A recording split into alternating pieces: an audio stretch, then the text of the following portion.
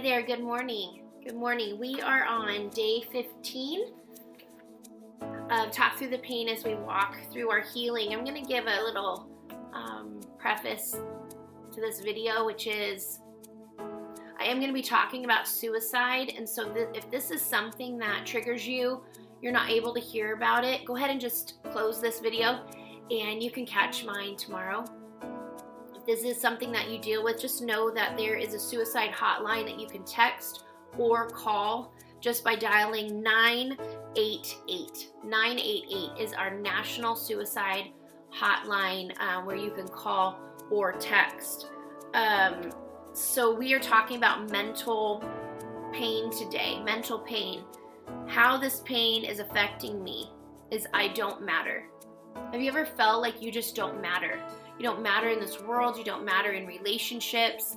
You don't matter in your life.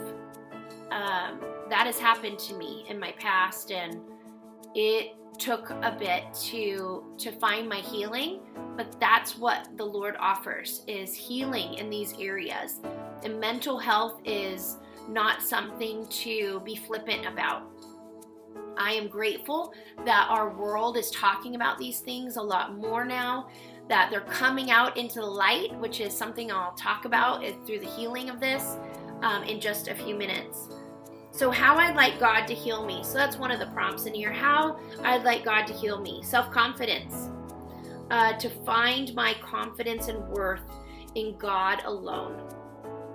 To find my confidence and self-worth in God alone. So I don't share the story that often, but I felt it was necessary. Like, we're going to talk about pain, let's talk about it. And there was a season, very short-lived, thank goodness, in my marriage that we had physical altercations with one another. And after one of our fights, I walked out of the house and I was walking along a very, very busy street, just crying out to God, crying out because I was like, I don't want a marriage that looks like this. I don't want any sort of physical violence of any sort in my life. I seen it in my childhood. I did not want it in my adulthood, in choices that I could make. I didn't want it, and I could see ahead that where we were headed on both sides was just getting more and more volatile. And I'm walking along this busy street, lots of cars, and I had a moment of a thought of what if I just step out? Like, do I really matter? And what if I can just end it? Oh, it's heartbreaking. It's heartbreaking even just talking about, and it's been, oh my goodness, so many years. But I remember walking home, I was so shook up by that thought even crossing my mind. And I was like, what am I going to do? And I walked in our home. I said, we have to get help. We have to. And my husband was also very upset by what has transpired, and we didn't want to live like that. We loved one another so much, but we're both super passionate, very loud, and at that time just had major anger issues and just didn't know how to have any sort of self-control. So we went to a pastor friend and asked for counseling and spiritual advice, and he was so good about that. And then we just took advantage of like anger management information, and like whenever things would get too heated, like how we could have self-control and use self-control, because that is one of the gifts of the Spirit, is self-control. But this is where I wanted to share this verse, John 3:16. Now we all know that one, but I want to do John 3:16 through 21. John 3:16 through 21.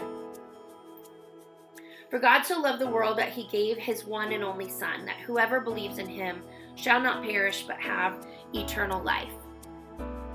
Okay, that's the verse we know, right? Then it goes on, for God did not send his Son into the world to condemn the world, but to save the world through him. I needed saving. You need saving. But whoever believes in him is not condemned. But whoever does not believe stands condemned already, because they have not believed in the name of God's one and only Son. This is the verdict. Light has come into the world, but people loved darkness instead of light, because their deeds were evil. Everyone who does evil hates the light and will not come into the light for fear that their deeds will be exposed. But whoever lives by the truth comes into the light, so that it may be seen plainly that what they have done has been done in the sight of God. Jesus doesn't live in secrets. He lives in the light. Bring your thoughts, your issues, your whatever into the light. Allow God to heal you, because he is the light of the world. We can be the light of the world. We can reflect Jesus's love in all sorts of situations. So if you are finding yourself in a place where you feel like you do not matter, I just want to share with you that you do. You matter enough that God sent his one and only Son to save you, to save me. That should be enough. And through this season of my life, I realized I needed to only have the confidence of God, like to do things. I didn't need anybody else's approval or critiques. I needed to have one audience, basically. Just know that I was doing what the Lord had asked of me. And that meant I didn't need like Dale to tell me how great I was. I didn't need other people to tell me how great I was. I just needed to do what I needed to do because God asked that of me. And if there was something great that happened, great. I'm happy about it. But I didn't want attention about anything except that I was doing what the Lord had asked of me. And eventually, I got respect from people that at one time didn't respect me. I got included in conversations or in friendships or situations, but I do matter. You matter. You matter to the Lord, and that is the only thing that matters, truly. So if there is anything that you have hidden in the shadows, bring it to the light. Get a counselor, call 988 if you are dealing with suicidal thoughts.